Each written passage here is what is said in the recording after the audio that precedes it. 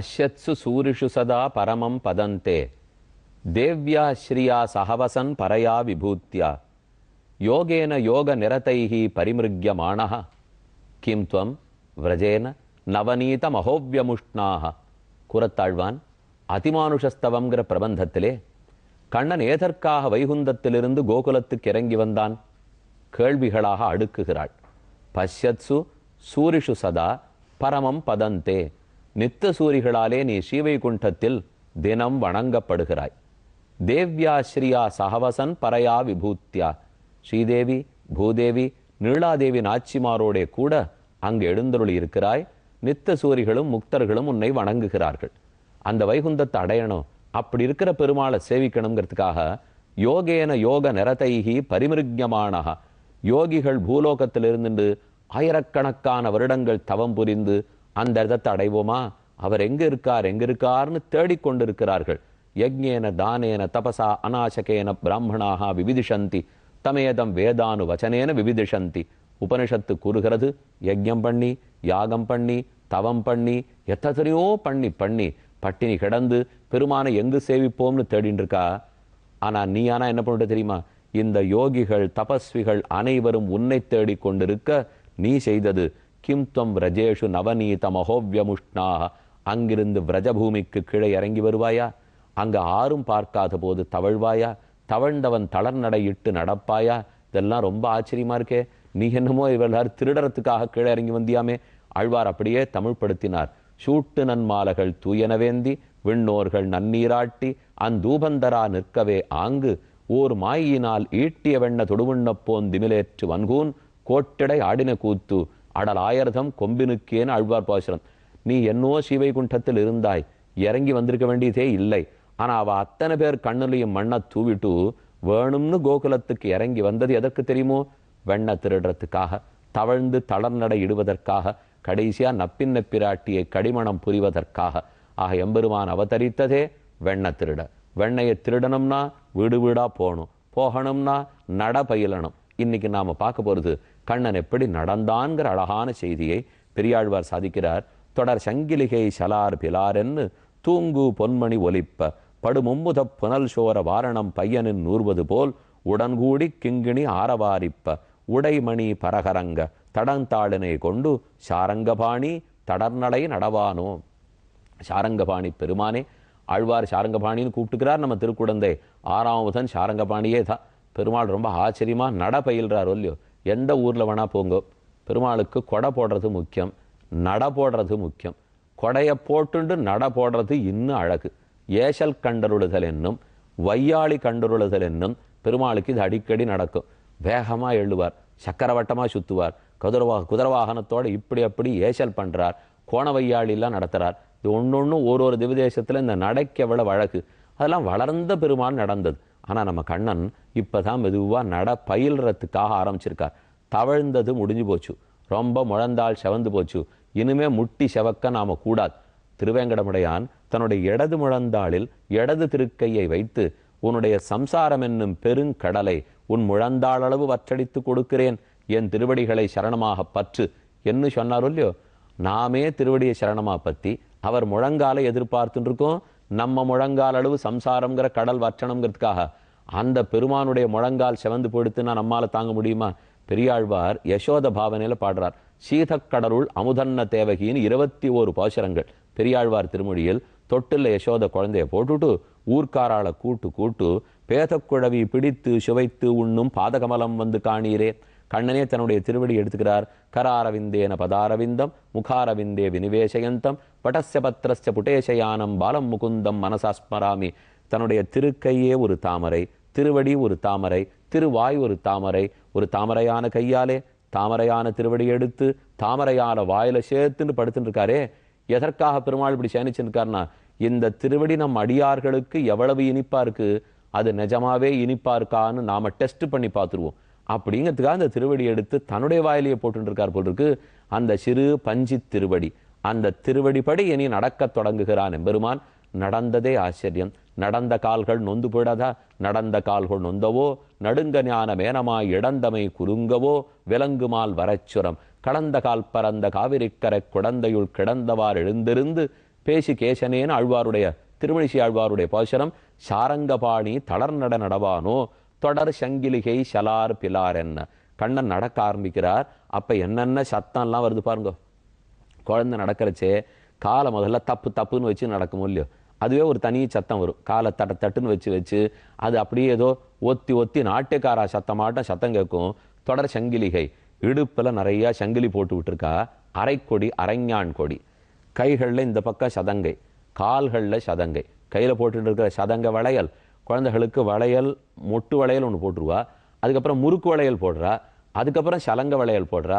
அப்போ கையிலையும் சலங்க வளையல் இருக்கு. கழுத்திலே அப்படியே வடமா சங்கிலி போட்டு விட்டுருக்கா. இடுப்புல அரைஞாள் கொடி கட்டியிருக்கா. காலில் சதங்க போட்டிருக்கா. இப்போ இந்த குழந்தை நடைபெயில ஆரம்பிக்கிறச்சே இந்த ஒன்னொன்னோட சிக்கிக்காதா. யானையை சங்கிலி போட்டு கட்டியிருப்பாளா, அது சங்கிலி சிக்கிண்டு இழுத்துன்னு போகும் பாருங்க. காலில் சங்கிலி போட்டுருவா, கழுத்தில் சங்கிலி போட்டுருவா. அதை நிஜமா போட்டு கட்டி வச்சிருக்கா. இங்கே யசோதை கட்டணுங்கிறதுக்காக கட்டலை. இந்த குழந்தை ஒன்னொன்னு இழுத்துன்னு தவழறச்சே கையில் இருக்கிறது இடுப்போட சிக்கிக்கிறது, இடுப்பில் இருக்கிற அரங்கான் கொடி காலில் இருக்கிற சதங்கையோட சிக்கிக்கிறது. கண்ணன் வேகத்திலையும் கோபத்திலையும் என்ன காலை தூக்கி வைக்க முடியலங்கிறதுக்கு ஒரு இழுக்கிறார். இழுத்த வேகத்தில் ஏதோ ஒரு கொடி அருகிறது. அருந்த உடனே அது மத்தொன்னத்தோட போய் சிக்கிக்கிறது. இந்த சிக்கிக்கிறது தான் ஆழ்வார் பாடிட்டு இருக்கார். தொடர சங்கிலிகை சலார் பிறார்ன்னு தூங்கு பொன்மணி ஒலிப்ப. கண்ணன் சாத்தின் இருக்கிற எல்லா தன்னுடைய திருவாபரணங்கள்லாம் சலார் பிலார். இவர் நடந்து வராரோ இல்லையோ, இப்படி மோதுறது அப்படி மோதுறது. தூங்கு பொன்மணி ஒலிப்ப படு மும்முத புனல் சோர வாரணம் பையனின்னு ஊர்வது போல். மும்முத புனல் சோர, 3 புனல்ங்கிறது மத நீர் பெருகுமா. யானை இருக்கே, அவனுடைய கண்ணிலேருந்து இப்படி ஜனம் வழிஞ்சுட்டு இருக்கும். மேற்றத்திலேருந்து வழியும், மஸ்தகத்திலேருந்து வழியும். இதுதான் மும்முத புனல். யானைக்கு எப்படி வழிஞ்சுட்டு இருக்குமோ அதை போல கண்ணனுக்கு முகத்துல எல்லாம் வேர்த்து போய் நடக்கிறதுக்கு பயிற்சி. அதனால ரொம்ப கஷ்டப்படுறாரோ இல்லையோ, ஜகத்தை முழுக்க ஒரு சிறு கண் பார்வை இல்லாமல் சங்கல்பத்தாலேயே சிருஷ்டிச்சுருவாரான். ஆனா அவர் தளர்ந்து நடையிடுறதுக்கு இத்தனை பாடு பண்ணணுமா. நெத்தி வேர்த்து போச்சு, தலையில முடி வந்து விழுந்துடுத்து, பக்கத்து முடியை தள்ளி தள்ளி விட்டுக்க பார்க்கிறார். அம்மா அந்த பக்கம் நிற்கிறார், அப்பா இந்த பக்கம் நிற்கிறார். குழந்தைய வாங்குறார். அம்மா இப்படி குழந்தைய அனுப்பிச்சு விட்டுட்டா அந்த பக்கத்துல நந்தகோபார் வாங்கிக்கணும். 10 அடி நடந்து வர்றதுக்குள்ள தளர்ந்து போய் குழந்தை கீழே உட்காந்துடுறது. என்ன நீங்க தூக்கிக்காம இந்த மாதிரி நடக்க விடுறீங்கன்னு ஓன்னு ஒரே சத்தம். இதுக்கு நடுவில் ஆழ்வார் சாதித்தார். சலார் பிறார் என்ன தூங்கு பொன்மணி ஒலிப்ப படு மும்முத புனல் சோர வாரணம் பையன் என்று ஊர்வது போல். யானை நடக்கச்சு அப்படி ஆடி அசைஞ்சு மெதுவா நடக்கும் இல்லையோ, ஒரு காலம் முன்னாடி வைக்கும், ஒரு காலம் அப்புறம் தூக்கி வைக்கும். இதே ஆழ்வார் சாதித்தார். முன்னல்லோர் வெள்ளி பருமலை குட்டன் முடுமுடு விரைந்தோட பின்னை தொடர்ந்தோர் கருமலை குட்டன் பெயர்ந்தடி இடுவது போல். வெள்ளி பருமலை குட்டன், வெள்ளிமலையாட்டம் பலராமன் இருப்பாராம். ஆதிசேஷ அவதாரம் வெளுப்பொல்லியோ கிடுகிடுகிடுன்னு அப்படி ஸ்விஃப்டா போறார் போட்டிருக்கவர், வேகமா போடுவார். ஆனா பின்னை தொடர்ந்தோர், இந்த பிள்ளைய கருப்பு பிள்ளை கண்ணன் இருக்காரே, யானை ஆட்டம். ஒரு கால் எடுத்து வைக்கணும், மூச்சை விட்டுக்கணும். இன்னொரு கால் எடுத்து வைக்கணும், மூச்சை விட்டுக்கணும். இப்படி முன்னும் பின்னும் ஓரோரு கால் கொண்டு நடக்கிறதுக்குள்ளே வாரணம் பையனின் உருவது போல் உடன் கூடி கிங்கிணி ஆரவாரிப்ப. தான் எடுப்புல சாத்தின் இருக்கிற மணியெல்லாம் ஆரவாரம் பண்றது. உடைமணி பரகரங்க, உடையில சாத்தின் இருக்கிற மணியெல்லாம். அதுவும் யசோதை இன்னும் எங்கெங்கெல்லாம் மணி போட்டு வச்சிருக்கா. உடை, இடை, உடைமணி, உடுப்பு. அவனுக்கு என்ன ஆபரணம் மட்டுமல்ல, அவர் போட்டு இருக்கிற ஆடையிலெல்லாம் சின்ன சின்னையா சம்கி வேலையெல்லாம் பண்ணுவா பாருங்க. அதை போலெல்லாம் சின்ன சின்ன மணி சேர்த்து வச்சிருக்கா. அதெல்லாம் சத்தம் போடுறது. தடந்தாளினை கொண்டு சாரங்கபாணி தளர்நடை நடவானோன். இந்த கண்ணன் எப்போது நடந்து வருவான். அவர் முன்னும் பின்னும் கால் எடுத்து வைக்கிறாரா வேதாந்த தேசிகன். பாதுகா சகஸ்திரம்னு ரொம்ப ஆச்சரியமா பாடினார். அதிலே பகவான் நடை எடுத்து வைக்கிறார். இடது காலம் முன்னாடி கூட்டி வைக்கிறாரா, அப்ப அந்த பாதுகா கட்டாக் சத்தம் போடுறது. வலது காலம் எடுத்து வச்சாரா, கட்டாக் இன்னொரு சத்தம் போடுறது. அந்த பாதுகா கட்டாக் கட்டாக்னு சத்தம் ஒன்று எதுக்கு வராருன்னா, ஒன்று பாவம், இது புண்ணியம். நம்ம இடத்துல 2 இருக்கா. நம்முடைய புண்ணியத்தை எல்லாம் வளர்க்க இன்னொன்று, பாவத்தை எல்லாம் தொலைக்க இன்னொன்று. நம்மகிட்ட அகங்காரம் மமக்காரம் 2 இருக்கா. அகங்காரம் தொலைக்க ஒன்று வருது, மமக்காரம் தொலைக்க இன்னொன்று வருது. அதே போல் வேண்டியது கிடைக்கணும், வேண்டாதது விலகணும் 2 இருக்கா. வேண்டியதெல்லாம் கொடுக்கறதுக்கு ஒரு திருவடி வருது, வேண்டாததெல்லாம் தொலைக்கிறதுக்கு இன்னொரு திருவடி வருது. நம்மகிட்ட காமக்ரோதம்னு 2 இருக்கா. காமத்தை தொலைக்க ஒரு திருவடி வருது, குரோதத்தை தொலைக்க ஒரு திருவடி வருது. இப்படி முன்னும் பின்னும் போட்டி போட்டுக்கொண்டு ஒரு திருவடி உபாயமாய், ஒரு திருவடி பிராப்பியமாய், ஒன்று ஆறாக, ஒன்று பேராக, ஒன்று மருந்தாக, ஒன்று விருந்தாக, இப்படி 2 திருடியை வைத்து முன்னும் பின்னும் கண்ணன் நடக்கிறதுக்கு ஆரம்பிக்கிறார். ஊரே பார்த்து வியத்து போறது. நம்ம கண்ணனா நடக்கிறார். நேத்து வரைக்கும் தொட்டில் படுத்திருந்தாரே, இப்பதானே சங்கிலியை பிடிச்சுன்னு குழந்தை உட்காரத்துக்கே முயற்சி பண்ணிட்டு அதுக்குள்ள நடக்க ஆரம்பிச்சிட்டாரு. என்ன, ஒரு பக்கம் குழந்தை நடக்கிறதுன்னு எல்லாருக்கும் திருப்தி, இன்னொரு பக்கம் ஆபத்து வருது. இனிமேத்தான் வீட்டில எல்லாம் ஒன்னொன்னா காணாப்பட போகுது. நம்ம ஸ்ரீ ஜெயந்தி உற்சவம் கொண்டாடுறோமா, கிருஷ்ண ஜெயந்திக்கு நம்ம வீட்லேயே மாவு கரைச்சிண்டு கண்ணனுடைய திருவடி கோலம் போடுவோம். இப்படி கால் போடுவோம், கட்டகவரல் போடுவோம், அப்புறம் ஒரு 4 கோடு போட்டு விட்றாளோ இல்லையோ. அந்த ஊரில் கோகுலத்தில் இந்த கோலம் போட்டெல்லாம் இடுப்பு உடஞ்சி போகவே போகாது. கண்ணனை நேராக கூப்பிடுவா, பாத்திரம் நிறைய மாவை கரைச்சி வச்சுப்பா, கண்ணனே காலையில் தோச்சுக்கோணுவா, கண்ணன் 2 காலையும் போட்டு ஒரு குதி குதிப்பார், அப்புறம் வீடு முழுக்க ஓடுவார். ஓடினா கண்ணன் கால் போட்டு விட போகிறதே. இதெல்லாம் அச்சு வச்சிருக்கா பாருங்க. இப்போ அப்படி இப்படி இப்படி தட்டினா கோலம் விழுந்துடுறது பாருங்க. அதை போல கண்ணனுடைய திருவடி பட்டாலே கோலம்தான். ஒரு காலில் சங்கு, ஒரு காலில் சக்கரம், உள்ளடி பொறித்தமைந்த இருகாலும் கொண்டங்கு எழுதினார் போல் இலச்சனப்பட நடந்து. கண்ணன் நடந்து ஓடினப்புறம் அந்த திருவடியை பார்த்தா வலது திருவடி வச்ச இடத்துலலாம் சக்கரமாட்டம் கோலம் போட்டிருக்கும், இடது திருவடி வச்ச இடத்துலலாம் சங்கமாட்டம் கோலம் போட்டிருக்கும். அப்ப ஒரு காலில் சக்கரம், ஒரு காலில் சங்கு, இலச்சினப்பட நடந்து. இப்படி லட்சணை, அதாவது லட்சணம் முத்திரை வச்சா போல அரக்கு சீல் வைக்கிறா பாருங்க. அதை போல ஒரு இடத்துலையும் சீல் வச்சா அப்போல ஊர் முழுக்க கண்ணன் நடக்கிறாராம். அப்படி மெதுமெதுவே நடை பயில்கிறான் எம்பெருமான். ஆழ்வார் ஒரு பாசுரத்தில் ரொம்ப ஆச்சரியமா சாதித்தார். மருவனின் திருநெற்றியில் சுட்டி அசை தரும் மணிவாயினிடை முத்தன் தருதலும் குழகனேயந்தன் கோமளப்பில்லாய் கோவிந்தாயன் குடங்கையில் மன்னி. எப்போவும் இப்படித்தான் யசோதை கை வச்சுட்டு அவனுக்கு பால் ஊட்டு விடான். பாலூட்டிட்டு கண்ணன் சிரிக்கிறார் பாருங்க. பால் எப்பவும் மூக்கில் படும், பால் சாப்பிட்டுட்டு இடது பக்கம் இந்த வலது பக்கம் வாயில படும். அந்த பால் சாப்பிட்ட நிறைவிலே வயிறு நிரம்பி போச்சுன்னா குழந்தை ஒரு சிரிப்பு சிரிக்கும். அந்த சிரிப்பு பார்த்தா எவ்வளவு மோகன சிரிப்பு. ஆனந்தமயனான பகவான் பிரஹசன்னிவ பாரதவென்னு பிரஹசன்னிவ கீதையை சொல்ல ஆரம்பிக்கச்சே புனிசிரிப்போடு அர்ஜுனனுக்கு சொல்ல ஆரம்பித்தாராம். பாழ்வாருக்கு ஒன்றும் வித்தியாசம் தெரியல. யசோதையினுடைய முலைப்பாலை குடித்து புன்சிரிப்பு அன்று காட்டினான். அதே கண்ணன் புன்சிரிப்பு மாறாமல் கீதாச்சாரியனாக அர்ஜுனனுக்கு உபதேசிக்கிறான். இந்த சிரிப்பு மாயச்சிரிப்பு மோகனச் சிரிப்பு, அந்த சிரிப்பு மாயமான சிரிப்பு மோகனச் சிரிப்பு. இன்னி வரைக்கும் ஜெகத்திலே அந்த சிரிப்புக்கு அர்த்தம் கண்டுபிடிச்சுடவே இல்லை. அதுவும் சிரித்ததுதான். சம்பாஷமானவிவ சர்வசம்பதேன மந்தஸ்மிதேன மதுரேனச்ச வீக்ஷணேன. ஆழ்வார் சாதிக்கிறார். மருவனின் திருநெச்சியில் சுட்டி அசைதரும் மணி வாயினிடை முத்தம் தருதலும். அந்த சிரிப்பை பார்த்துட்டு குனிஞ்சு யசோதை அந்த குழந்தை கன்னத்துல முத்தம் கொடுக்குறா. அதை கண்டு பெருமானுக்கு பகு ஆனந்தம். இப்போ தன்னந்தாமரை கண்ணனே கண்ணா தவழ்ந்தெழுந்து தளர்ந்ததோர் நடையால் மண்ணில் செம்படி ஆடி வந்து எந்தன் மார்பினில் மன்னிட பெற்றினேரந்தோ வண்ணச் செஞ்சிறு கைவிரல் அனைத்தும் வாரி வாய்க்கொண்ட அடிசிலில் மிச்சல் உன்ன பெற்றிலேன் ஓ கொடுவினையேன் என்னை என் பெற்ற என்னை என் செய் பெற்றதன் மோயேனுட்டு. தாம் போய் ஒரு தாயா பிறந்து தேவகி கண்ணனை பெற்றாலே ஒழிய என்னென்னமோ இழந்து போயிட்டா. ஆனா யசோதை அனைத்து வைபவத்தையும் பெற்றாள் இல்லையோ. அதைத்தான் குலசேகரால் வருதல் சொல்லிட்டு இருக்கார். கண்ணனுக்கு நடை பயின்று வந்தவுடனே தன்னந்தாமரை கண்ணனே கண்ணா தவழ்ந்தெழுந்து தளர்ந்ததோர் நடையால். முதல்ல சட்டுன்னு தவழ்ந்துக்கிறார். ஆச்சு இன்னும் கொஞ்சம் நாள் கழிச்சு எழுந்து தளர்ந்ததோர் நடையால் நடந்து போய் மண்ணில் செம்பொடி ஆடி வந்து மண்ணில் இருக்கிற சகப்பு மண்ணெல்லாம் அலையிறார். எந்தன் மார்பில் மன்றின பெற்றிலேனந்தோ ஓடி வந்து சாயங்காலம் யசோதையை கட்டிப்பறான்.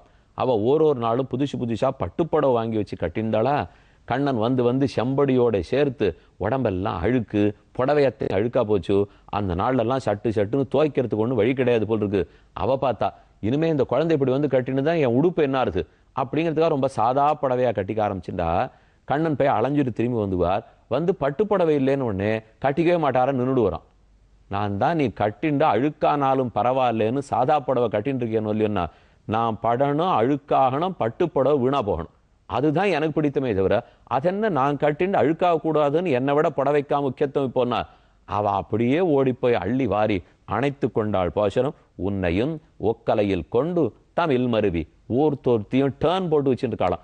இன்னைக்கு நான் இடுப்புல இந்த குழந்தைய கொஞ்ச என் வீட்டு தூக்கின்னு போட்டோமா, கொஞ்ச கண்ணனை நான் தூக்கின்னு போட்டோமா, என்ன அவ டேர்ன் பை டேர்ன் ஒத்தத்தையும் தன்னுடைய உண்மையும் ஒக்கலையில் கொண்டு தமிழ் மருவி தன்னுடைய வீட்டுக்கு போறாளாம்.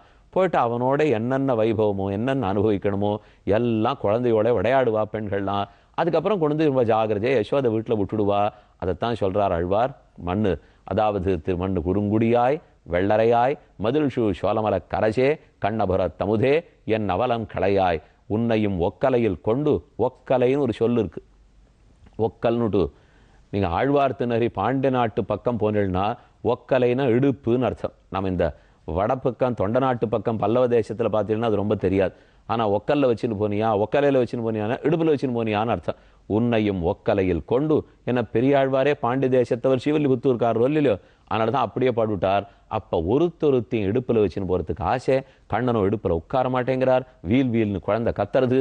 இப்படியும் அப்படியும் குழந்தை நடக்கணுமேனா நடந்ததை பார்த்த ஆழ்வாருக்கு பொறுக்க முடியாமல், வாமன நம்பி வருக வருக கோயிற்பிள்ளாய் இங்கே போதராய், குழகனே இங்கே போதராய், வருக வருக நம்பி வாமன நம்பி வருக, உலகளந்தான் வையமளந்தானே தாலேலோ திருவோணத்தான் உலகாளும் என்பார்கள். இதோ திருவோணத்து பிள்ளை உலகாடுறதுக்காக நடந்து வருது பார், அது ரோகிணி பிள்ளை.